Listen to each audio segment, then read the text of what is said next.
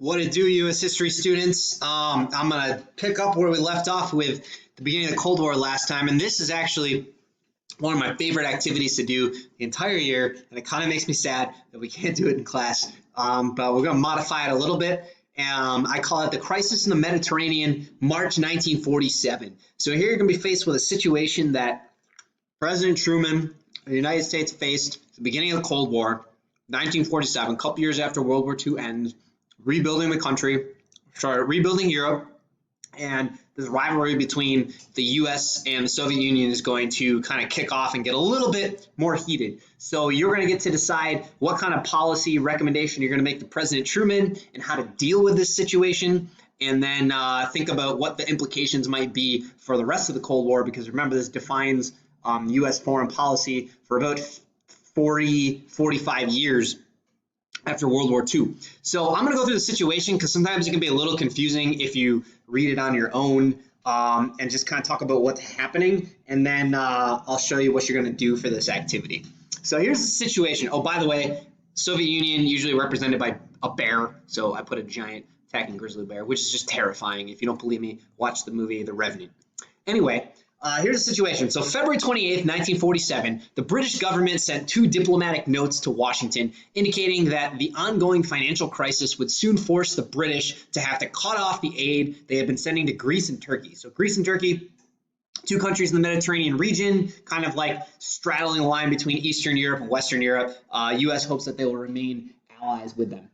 Anywho, so hopes that the British economy would rebound were dealt a serious blow when the British Isles experienced the most severe winter of the century. Shortages in energy supplies required many British industries to shut down temporarily, lacking the money to import food and raw materials, and unable to revive its export industries. Britain has been forced to ration food and energy.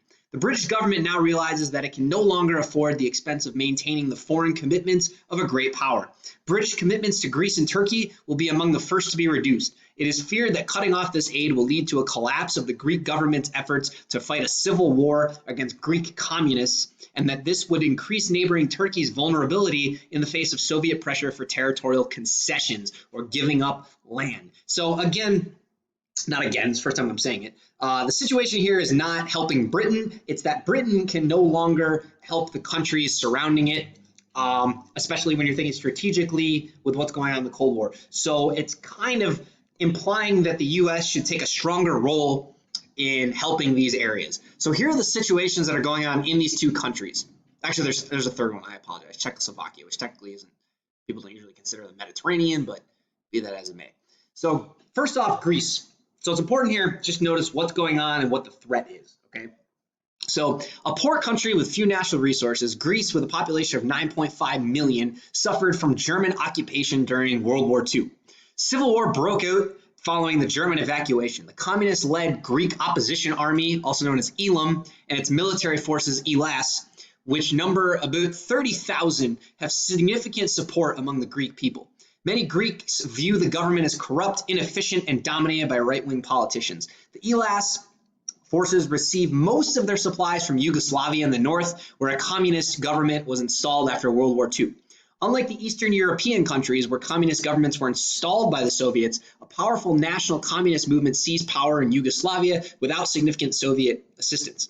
During the war, former British Prime Minister Winston Churchill ordered units of the British Army into Greece to put down a communist revolt that followed the German evacuation. British forces, equipment, and financial aid have continued to play a central role in propping up the Greek government. Britain views Greece as vital to the stability of the Eastern Mediterranean region. So just to sum up the issue here, we got a civil war going on, and one side is this leftist communist group that's not necessarily being installed by the Soviet Union, but definitely would be kind of friendly with the Soviet Union if it were to take power. And Britain feels like it doesn't have the power to be able to stop this from happening anymore. So civil war in Greece. Turkey, an ally of Germany in World War I, Turkey, population 14 million, remained neutral until the end of World War II. Historically at odds with Russia, its huge neighbor to the north, over disputed territories and controls of the straits connecting the Black Sea and the Mediterranean, Turkey is fiercely anti-Russian and anti-communist. Like Greece, Turkey is underdeveloped and would need extensive financial assistance to modernize its armed forces to check the perceived Soviet threat. Unlike in Greece, there is no significant communist movement in Turkey.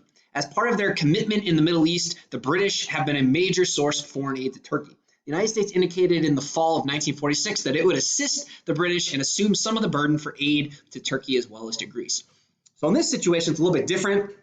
Turkey is strategically located really far to the east, Eastern Europe. Also control of the Straits in the Mediterranean, and also is very anti-Russian, so would be a good ally in this situation. Maybe wink, wink, nudge, nudge, slap in the face. If the U.S. needed a place to put nuclear weapons in the future, maybe Turkey would be a good place.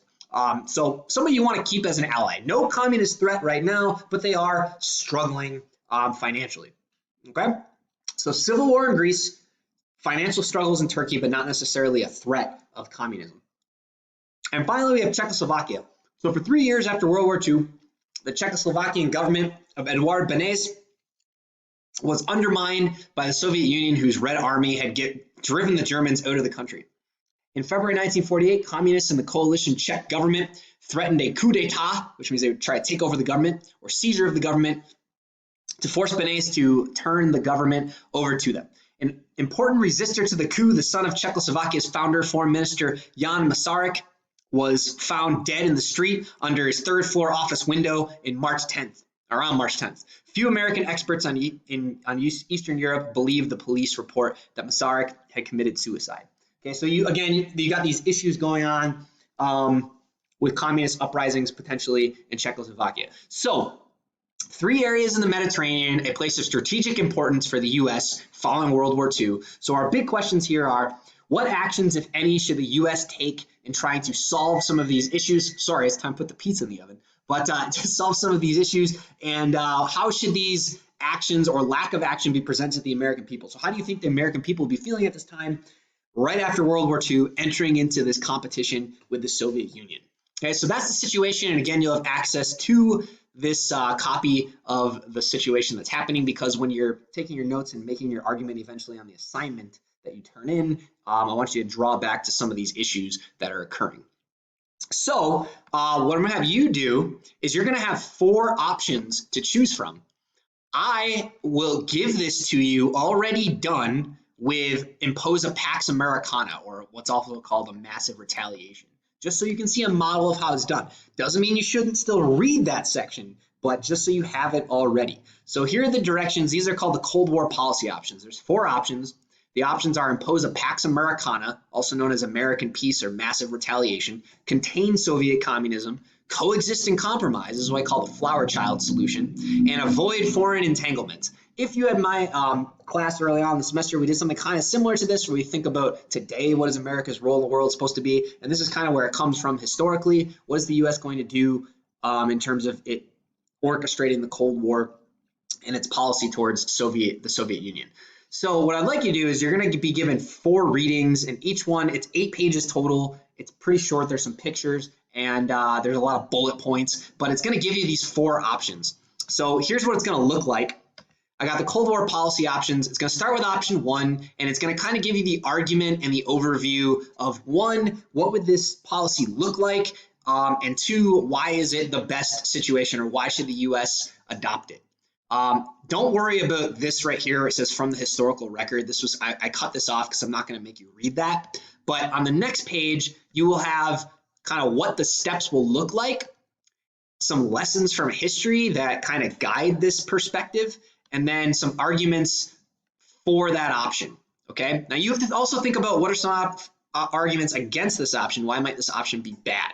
And then I've got the second option, third option, and fourth option. So again, look over it, and one thing it does not do is it doesn't directly say like what you should do in Greece, Turkey, and Czechoslovakia, but I want you to try to think about how would that apply to those situations that are going on.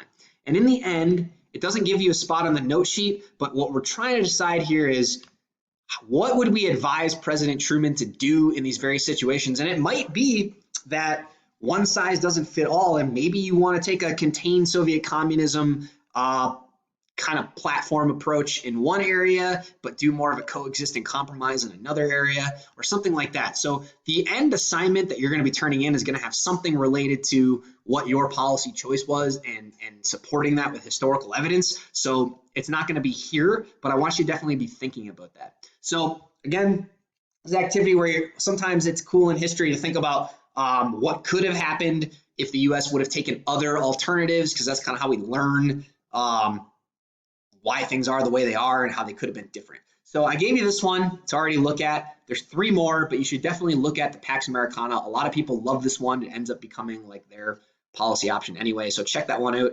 And if you have any questions, let me know. But what we'll do is we'll reconvene with the last video. We're going to kind of go through an epilogue of sorts where we talk about what they did and how it progressed into the 1950s. All right, people? Peace.